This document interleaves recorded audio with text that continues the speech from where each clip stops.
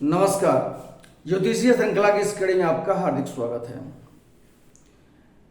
उद्यम तथा द्रव्योपार्जन इस विषय के अध्ययन के क्रम में पिछले वीडियोज में हमने जाना कि जातक के कार्यकलाप या आर्थिक गतिविधियां जो होती हैं, द्रव्योपार्जन का जो क्रियाकलाप होता है वो हम कुंडली में दशम भाव से निर्धारित करते हैं। चंद्रमा से, लग्न से, चंद्रमा से और सूर्य से, इनके द्वारा और इनसे दशम स्थान के द्वारा जातक की गतिविधियों का निर्धारण किया जाता है। इसका अध्ययन हमने पिछले वीडियोज में किया।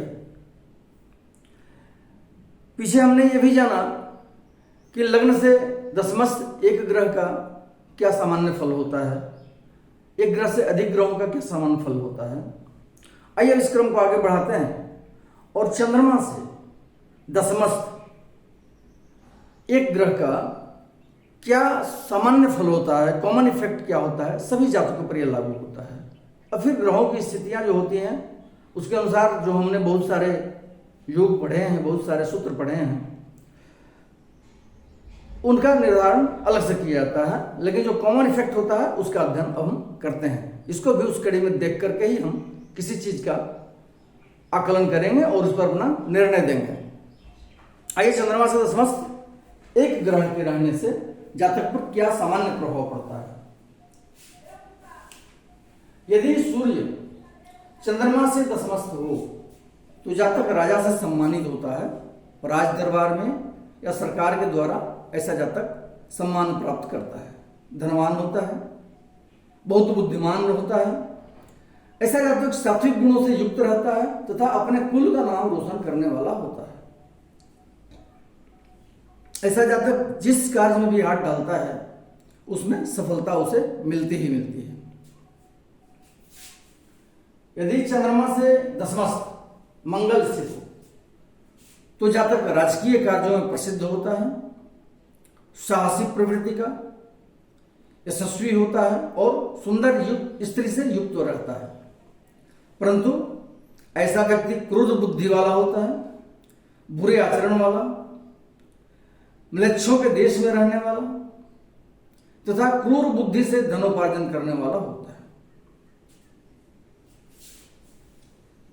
यदि बुध चंद्रमा से दशमस्थ हो तो जातक राजा का स्नेही अर्थात राज दरबार में स्नेह प्राप्त होता है इस जातक को, या सरकार में उच्च पदस्थ पदाधिकारियों के द्वारा स्नेह मिलता है, विद्या के माध्यम से धनोपार्जन करने वाला होता है, कारीगर होता है ऐसा जातक, पंडित से परिपूर्ण रहता है, विख्यात होता है, धार्मिक प्रवृत्ति का और पुत्रवान होता है। परंतु कभी कभी ऐसा जातक अपने परिवार का नाशक होता है, ऐसा भी देखा गया है।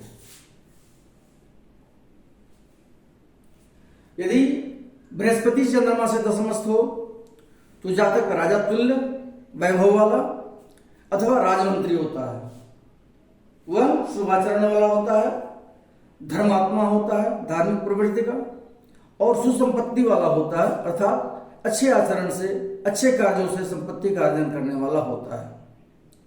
परंतु कभी कभी ऐसा जातक वीतरागी होता है, स्त्री पुत्र का त्याग करने वाला तथा तपस्वी होता है।